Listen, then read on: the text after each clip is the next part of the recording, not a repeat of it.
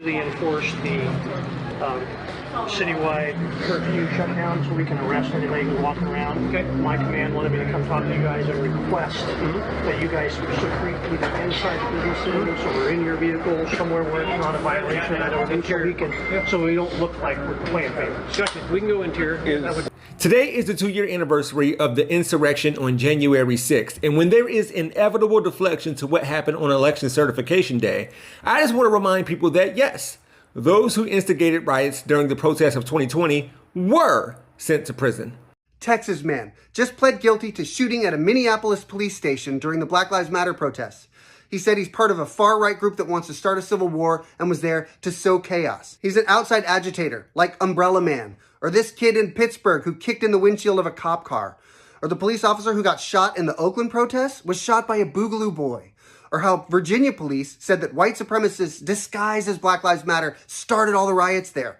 The list goes on and on. The Black Lives Matter protests were 93% peaceful, and more it's looking like that 7% was started by outside agitators. When the insurrection of January 6th happened, you guys were sure quick to blame Antifa and Black Lives Matter, because it's a page right out of your playbook, isn't it?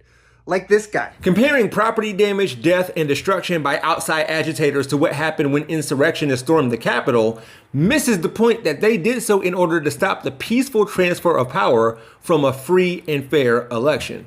And wait.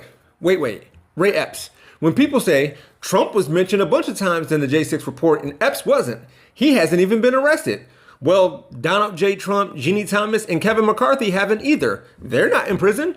One of these people is still a Supreme Court justice by proxy. Two of these people I just named are nominated to become Speaker of the House and could be appointed on the 2-year anniversary of the insurrection, which they led and were a part of. But also, arrest Ray Epps. I've talked about this already, and really, I'm simply going to quote myself from a previous video where I explained that no one needed to be armed for the storming of the Capitol to be called an insurrection. And not that they're synonymous, but if you prefer the term coup d'etat, also called a coup, is defined as the sudden, violent overthrow of an existing government by a small group. The chief prerequisite for a coup is control of all or part of the armed forces, the police, and other military elements. But see, there are 3 types of coups according to Samuel Huntington in Political Order in Changing Societies. There is a breakthrough coup led by a revolutionary group or military, a guardian coup when an elite seizes power from another elite, and a veto coup when the military intervenes to protect a status quo from radical political change. But wait, there's more according to other sources.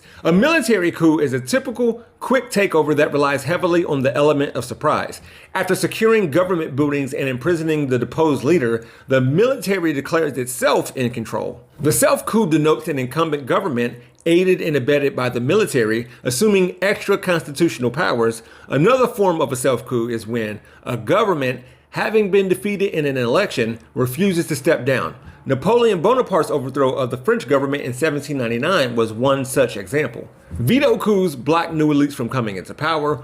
Old coups are when the army strikes in the middle of the night, and new coups take place during mass uprising. There's also something called a medical coup. Today, rising polarization bodes ill for the risk of coup attempts in the Democratic West. And in this article, written before the events of January 6, 2021, John Chin said, since 2016, the United States has seen a rise in such partisan divisions, leading Politify, another research project, to downgrade the country's democracy score for the first time in more than 50 years. Unlike in armed conflict and civil wars, fighting and death are not defining features of coups. Sure, all coup attempts involve at least the implicit threat of force, but fewer than half result in fatalities, according to data compiled by the political scientist Erica de Bruin.